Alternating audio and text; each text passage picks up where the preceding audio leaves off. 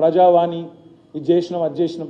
మీరు 10 జిల్లాల తెలంగాణ మాకు అప్పజెప్పిపోతే 33 జిల్లాలు చేసి 33 కలెక్టర్లను ప్రజల దగ్గర తీసుకొచ్చి కూర్చోబెట్టి మరి ప్రజలకు పరిపాలన చేరువలో తీసుకొచ్చింది కేసీఆర్ ప్రభుత్వం కాదా? ఆనాడు మా కరీంనగర్ జిల్లాను ఎగ్జాంపుల్గా తీసుకుంటే ఎక్కడ మంతిని మహాదేవ్పూరు ఎక్కడ కరీంనగర్, ఇలా అక్కడ పోయే అవసరం లేకుండా పెద్దపల్లి తీసుకొచ్చింది కేసీఆర్ కాదా? గంభీరావుపేట నుంచి కరీంనగర్ పోయే దుస్థితి నుంచి, అలంపూర్ నుంచి మహబూబ్ నగర్ పోయే దుస్థితి నుంచి ఇవాళ గద్వాలను జిల్లా చేసింది కేసీఆర్ కాదా? ఇట్లా చెబుతూ పోతే వందల ఉదాహరణలు. మా ఆదిలాబాద్ జిల్లాలో ఎక్కడో చెన్నూరు, ఎక్కడో కాగజ్ నగర్, ఎక్కడి నుంచి ఎక్కడికి పోవాలా? ఆదిలాబాద్ పోవాలా ఒక మూలకి. కానీ ఇవాళ అదే ఆదిలాబాద్లో కుమరంభీం, అస్వాబాద్ జిల్లా, ఒకవైపు మంచిర్యాల జిల్లా, ఒకవైపు నిర్మల్ జిల్లా చేసింది కేసీఆర్ కాదా? ప్రజల వద్దకు పరిపాలన తెచ్చింది కేసీఆర్ కాదా?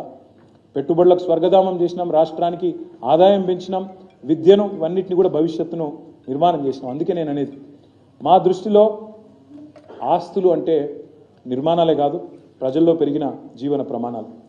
ఆస్తులు అంటే ఇవాళ పెరిగిన రాష్ట్ర ప్రతిష్ట, ప్రతి కుటుంబంలో పెరిగిన ఆత్మవిశ్వాసం, స్వల్పకాలంలోనే రాష్ట్ర సమగ్ర అభివృద్ధి నిజంగా చెప్పాలి అంటే మేము సాధించిన అతిపెద్ద విజయంగా మేము భావిస్తూ ఉన్నాం. నేను ఈ ప్రభుత్వానికి నేను చేసే విజ్ఞప్తుల్లో ఒకటే, సరే మీరు ఎన్ని చెప్పినా ఇంకా చాలా చెప్పవచ్చు, ఈ ఒక్క మాట మాత్రం చెప్తాను. పెట్టిన ఖర్చు కంటే పెరిగిన సంపద 10 రెట్లు పెరిగింది. సాగునీరు, గ్రామాల అభివృద్ధి వలన వాళ్ళ భూముల విలువ, తెలంగాణలో రైతు బంధు అందుకునే మొత్తం ఎక్స్టెంట్ ఎంత అంటే 1,52,00,000 ఎకరాలు అంటే పట్టా భూములు. మరి ఆ పట్టా భూములు ఇవాళ 5 రెట్లు, 6 రెట్లు, 10 రెట్లు పెరిగినాయి సంపద. మొత్తం లెక్క తీద్దామా ఎంత పెరిగిందో? ఎన్ని లక్షల కోట్లను లెక్క కట్టాలి నేను? అదేవిధంగా ఆ 1,52,00,000 ఎకరాల పట్టా భూమి విలువ నాకు తెలిసి కనీసం 5 రెట్లు పెరిగింది, ఇంకా ఎన్నో రెట్లు పెరిగిందని చెప్పొచ్చు. ఇంకొక మాట, ఓవరాల్గా ఏం చేసినాం? ఇగో ఇది చేసినాం.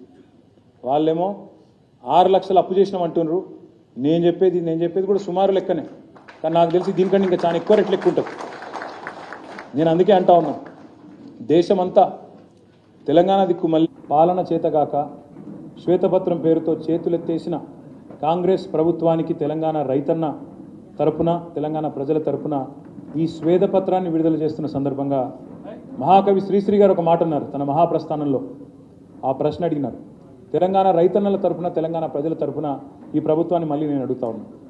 పొలాలనన్నీ హలాలు దున్ని ఇలాతలంలో హేమం పిండగా, జగానికంతా సౌఖ్యం నిండగా, విరామ మెరుగక పరిశ్రమించే, జలం ధరిత్రికి బలి కావించే, కర్షక వీరుల కాయం నిండా కాలువగట్టే ఘర్మజలానికి, ఘర్మజలం అంటే చెమట, ధర్మజలానికి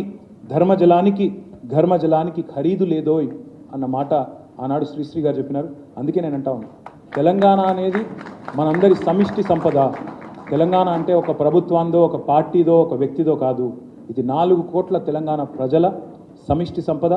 దీన్ని ఎవరు అగౌరవపరిచే ప్రయత్నం చేసినా, అందుకే మేము అంటున్నాం, తెలంగాణ అనే ఇవాళ టార్చ్ బేరర్, ఒక దీపస్తంభంగా మారిన తెలంగాణ, దీన్ని ఆగిపోనీయం, ప్రజల పక్షాన నిలబడతాం, తప్పకుండా ప్రజల పక్షాన పోరాటం చేస్తామని చెప్పి తెలియజేస్తూ మరి నేను మీ అందరినీ కోరేది ఏమంటే, ఈ మొత్తం ప్రజెంటేషన్ మీకు తెలుగులో నేను ఇచ్చినాను, ఇంగ్లీష్లో కూడా దీన్ని మారుస్తాము, ట్రాన్స్లేట్ చేసి మీ అందరికీ అందుబాటులోకి తీసుకొస్తాము. ఇంగ్లీష్ మీడియా కూడా ఇక్కడ ఉన్నారు. I request the entire English media also to please take a copy of this. We'll translate it into English for you. I can give you a synopsis quickly, but I would rather not. My humble request to all of you, I'll furnish a copy of the entire thing. Urdu में भी तर्जुमा करने की कोशिश करेंगे, करके जल्द से जल्द आपको भी दे देंगे. अगर कोई सवालात है, कोई कुछ है तो आप पूछ सकते हैं. थैंक यू, शुक्रिया आपका, अंदर की धन्यवाद.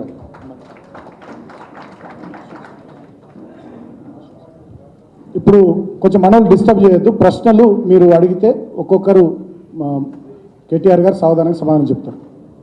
ఏమైనా ఉంటే, లేకపోతే పర్లేదు. సరే, మైక్ కావాలి, మైక్ ఇస్తారా? पूछो साहब,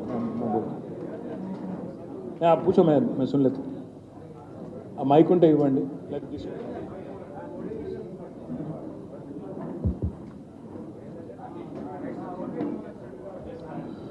Thank you, sir. I'm Ravikant Reddy from The Hindu, sir. Yes, sir. Yeah. So my question is, ఇప్పుడు ఇంత సంపద సృష్టించినాం, మేము ఇంత బాగా చేసినాం, అయినా కూడా